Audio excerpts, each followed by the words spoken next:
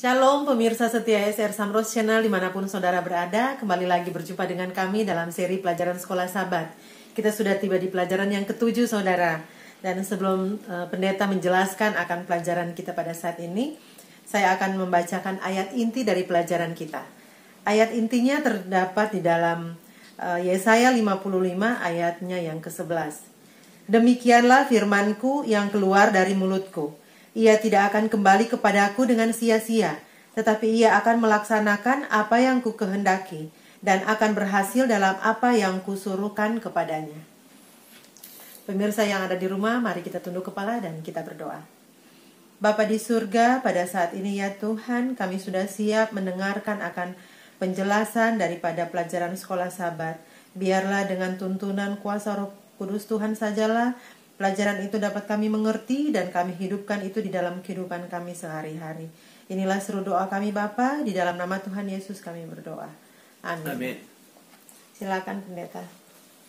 Baik pemirsa, pelajaran kita yang ke-7 judulnya membagikan firman. Pemirsa, ketika kita bersaksi, tentunya kita berbicara tentang Yesus Tuhan kita. Tetapi bagaimana kita tahu tentang kebenaran Yesus kalau tanpa Alkitab atau firman Tuhan? Karena tanpa firman Tuhan, firman Allah, pengetahuan kita tentang kebenaran ilahi, yaitu wahyu Roh Kudus itu, maka kita sangatlah terbatas pengetahuan tersebut. Sedangkan yang mempelajari kebenaran firman Tuhan saja, masih banyak yang melewatkan pekabaran utamanya. Seperti yang Yesus katakan kepada orang Yahudi di dalam Yohanes pasal 5 ayatnya yang ke-39. Di situ dikatakan, kamu menyelidiki kitab-kitab suci, sebab kamu menyangka bahwa olehnya kamu mempunyai hidup yang kekal. Tetapi walaupun kitab-kitab suci itu memberi kesaksian tentang aku. Jadi saudara-saudara, orang-orang Yahudi pada saat itu mereka menyelidiki firman Tuhan, Alkitab. Tetapi sayangnya mereka tidak mempercayai akan ketuhanan daripada Yesus Kristus. Saudara-saudara, jika kita memahami dengan benar, setiap pengajaran Alkitab itu sesungguhnya menggambarkan tentang keindahan karakter daripada Tuhan kita, Yesus Kristus.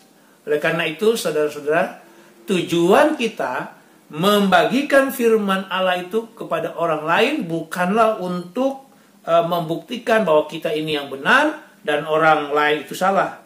Tetapi kita membagikan firman Tuhan itu untuk mengungkapkan tentang kasih dan kebenaran di dalam Tuhan kita, Yesus Kristus.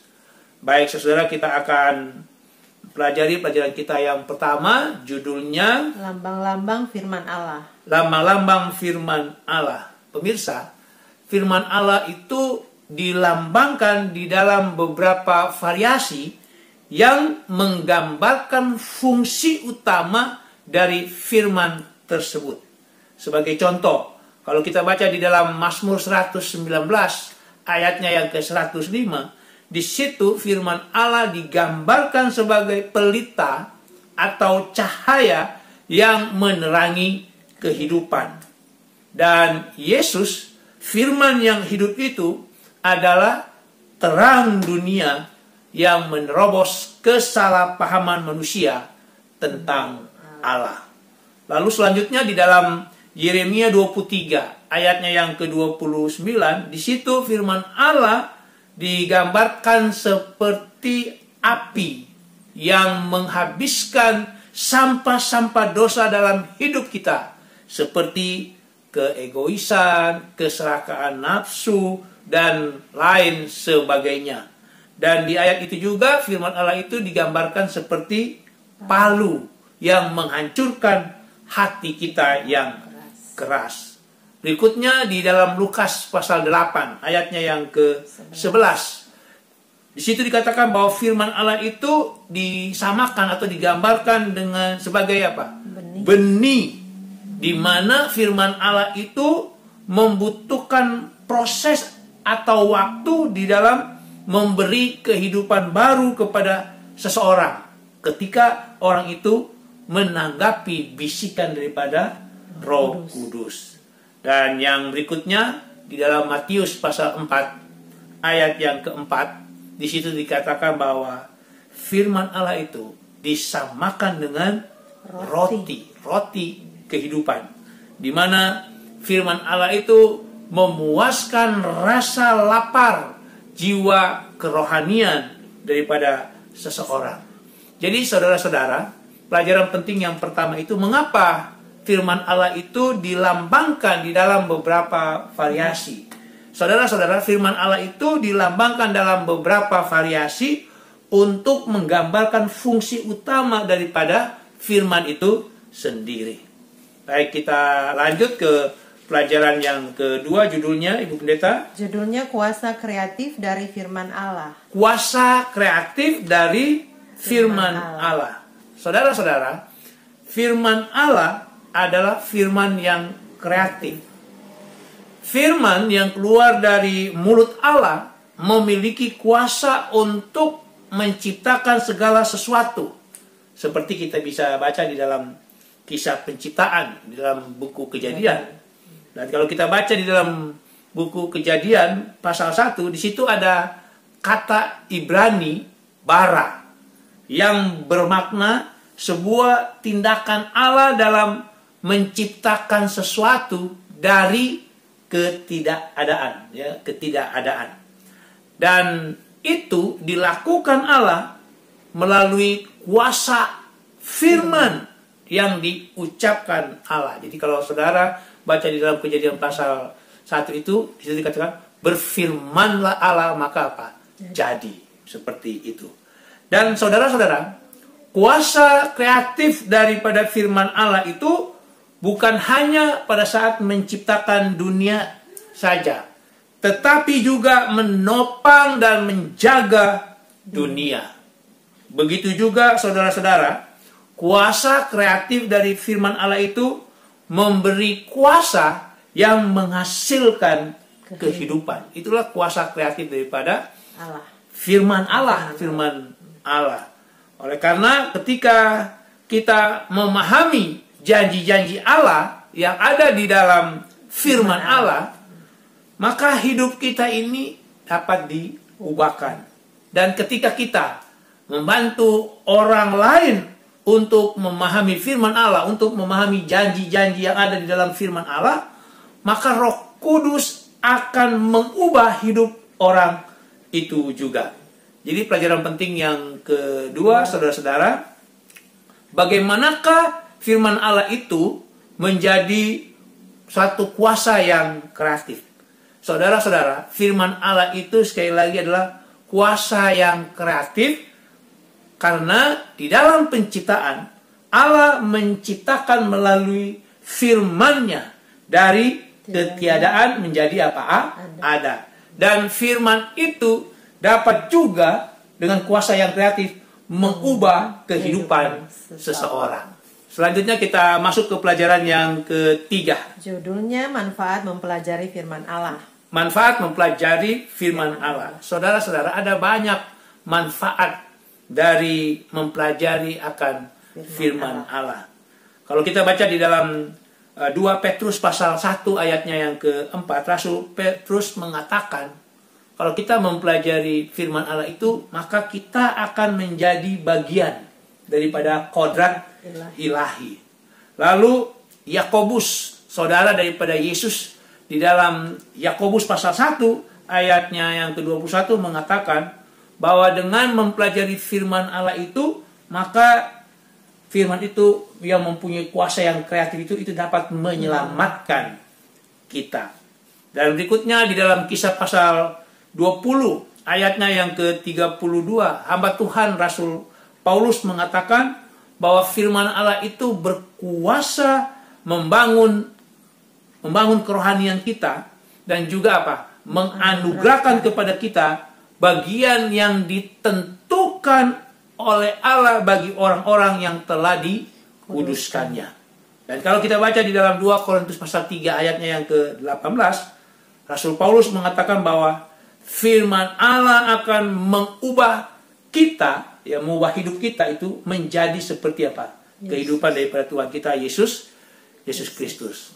Lalu berikutnya hamba Tuhan yang sama Rasul Paulus dalam suratnya kepada Timotius di dalam 2 Timotius pasal 3 ayat 14 sampai ayatnya yang ke-17 mengatakan bahwa firman Allah itu bermanfaat untuk mengajarkan doktrin, untuk mengungkapkan kebenaran, dan juga untuk menyatakan akan kesalahan. Dan akhirnya Tuhan kita sendiri Yesus Kristus dengan kasih-Nya di dalam Yohanes pasal 17 ayat 14 sampai ayatnya yang ke-17 mengatakan bahwa dengan firman Allah, manfaat dalam mempelajari firman Allah itu kita dapat dilindungi dari kejahatan. Dan dengan mempelajari firman Allah itu kembali lagi kehidupan kita dikuduskan oleh karena firman Allah itu adalah kebenaran.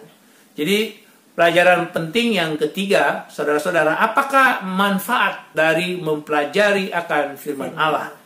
Manfaat dari mempelajari akan firman Allah itu adalah hidup kita diubahkan menjadi bagian daripada kodrat ilahi, di mana kita itu diajarkan tentang kebenaran sehingga kita dikuduskan dan akhirnya memperoleh kasih karunia daripada Tuhan kita Yesus Kristus. Berikut pelajaran yang keempat. Judulnya menerapkan firman Allah. Menerapkan firman Allah. Saudara-saudara, kalau kita baca di dalam Alkitab itu ada banyak janji yang Allah buat di dalam firman-Nya, ya. Ada banyak janji. Ada di sini dikatakan ada orang yang menghitung janji Allah itu lebih daripada 3.000 janji. Dan janji-janji tersebut, ya, janji-janji Allah itu adalah komitmen yang dibuat Allah yang pengasih untuk saudara dan saya, untuk kita semua. Dan janji-janji Allah itu diantaranya, kalau kita baca di dalam 1 Yohanes pasal 1 ayat 7 sampai ayat yang ke-9, itu adalah janji akan kasih pengampunan daripada Tuhan kita, ya, dari Allah kita. Lalu kalau kita baca di dalam Filipi pasal 4 ayatnya yang ke-13, itu bercerita tentang janji akan kuasa yang tidak terbatas. Lalu di ayat berikutnya, di ayat yang ke-19 dari Filipi pasal 4, di situ juga ada janji kepedulian Allah akan kebutuhan dasar kita. Tetapi saudara-saudara, kurangnya kepercayaan kita pada kemampuan Allah untuk melakukan apa yang telah dijanjikan dalam firman-Nya, itulah yang membatasi pemenuhan daripada janji-janji Allah di dalam hidup kita. Itu kita bisa baca di dalam Ibrani pasal 3 ayat 19 sampai Ibrani pasal 4 ayatnya yang ketiga. Begitu juga di dalam Matius pasal 13 ayatnya yang ke-58. Jadi saudara-saudara, seperti judul, kita dapat menerapkan kebenaran firman Allah itu jika kita apa? Mempercayai kebenaran yang ada di dalam firman Allah, termasuk janji-janji daripada Allah. Dan dengan iman kita dapat mengklaim, kita dapat menuntut akan janji-janji Allah yang ada di dalam firman-Nya. Jadi pelajaran penting kita yang keempat, bagaimanakah kita dapat menerapkan firman Allah? Saudara-saudara, kita dapat menerapkan firman Allah dengan cara mempercayai kebenaran dan janji-janji Allah yang ada di dalam firman-Nya. Lalu dengan iman kita dapat apa? Menuntut, kita dapat mengklaim akan janji-janji tersebut. Baik, kita masuk ke pelajaran yang terakhir. Judulnya membagikan firman. Membagikan firman. Saudara-saudara, firman Allah itu adalah kabar baik untuk dibagikan kepada setiap orang. Kabar baik tentang apa? Kabar baik tentang kasih daripada Tuhan kita Yesus Kristus. Dan sebagaimana orang membawa kabar baik dengan penuh sukacita, maka seharusnya begitu juga kita membagikan kabar baik itu dengan penuh sukacita.